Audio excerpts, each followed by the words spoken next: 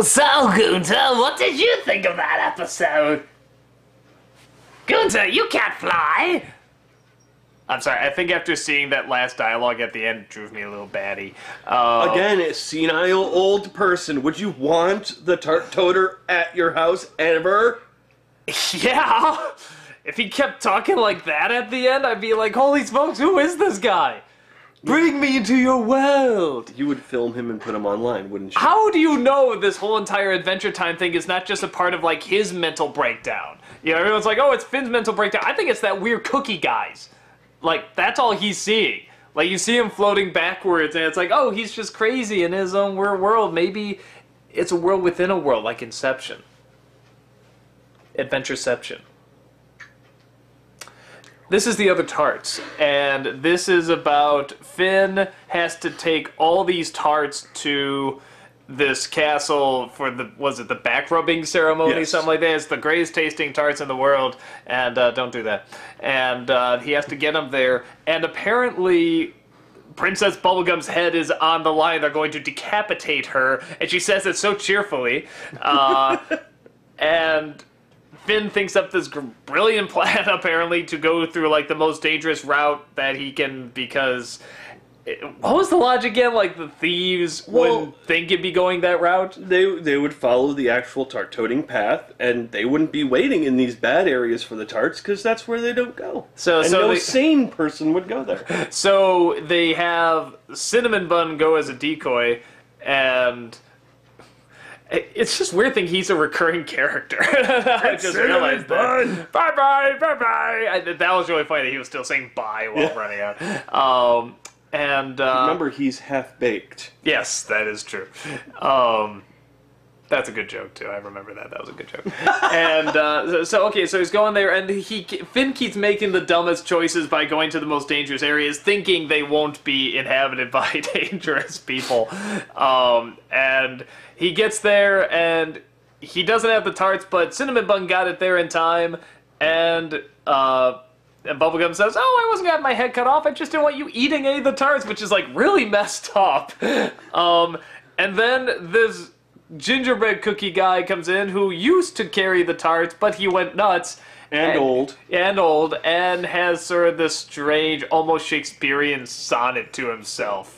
About high-fiving you. Yeah, ending about high-fiving you tomorrow, which was yesterday. Something like that. Very bizarre. Well, you forgot about the bubbling. What are these bubbling chemicals? Oh, those are paralyzing chemicals that will paralyze you forever. And I love how they were actually switched. I love how the paralyzing tarts were like, so all the thieves and people got the paralyzing one. That image of that butterfly just totally paralyzed flying through the sky, I thought was great. And the voice of that butterfly was great too. It's only like a little bit, but just love the way it talks. Just gonna go over here and I can't do it, but and yeah, the only thing I found, I was about to say the only thing I found strange, but wouldn't even be remotely true, because there's a lot of weird ass strange stuff in this one. But the only one I found out of character, perhaps, is that Finn would screw up as much as he does. Like, he really screws up in this one, like, over and over. It seems more like something that, like, I don't know, like the Ice King would make these sort of mess-ups or something. Or Jake would? Yeah, even Jake, yeah, because it's like Finn usually is kind of on top of this stuff, and this is more, you know, it's like you got Bugs Bunny and Daffy Duck. Like, this, it's like if Bugs Bunny was doing this, it's sort of like, well, that seems kind of out of character, like Daffy would do that. So it's, I mean, it's not entirely bad, because it's like you sometimes want to see a character do, you know, get something wrong, you know, or do something they wouldn't normally do, you know, add a little bit more depth to them, but at the same time, it's like, it just seems so out of character for him. But not like, I mean, not something that's like, hey, that destroyed the character or anything like that, but it was strange. It was a little odd. Well, I think it's been kind of almost a slow build-up to it, because every once in a while you have Finn making a mistake or doing something wrong, and he always has these crazy, bizarre plans that somehow just kind of seem to work. And this is one of those crazy, bizarre plans that just fail all the way around. Yeah, and if anything, it's like, yeah, he did give Cinnamon Bun the, you know, the tarts to go there, but aside from that, like, nothing he did furthered anything to go right. It's like everything just failed, and it's just by blind luck that it turned out happily. Yeah.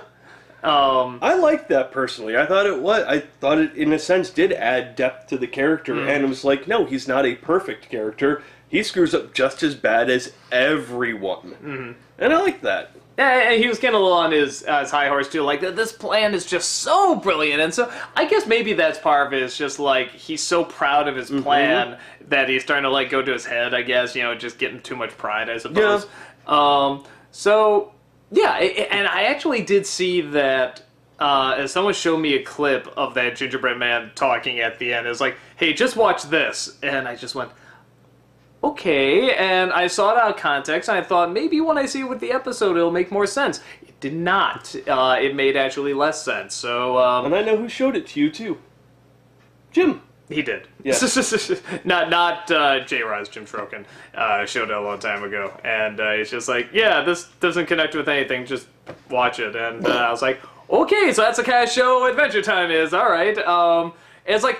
It kind of is, but there is a story, but then they'll just throw in weird strangeness like that. With Lumpy Space Princess floating in the air and grabbing the donut as it flies away. That was one of my favorites. So yeah, I mean, good episode.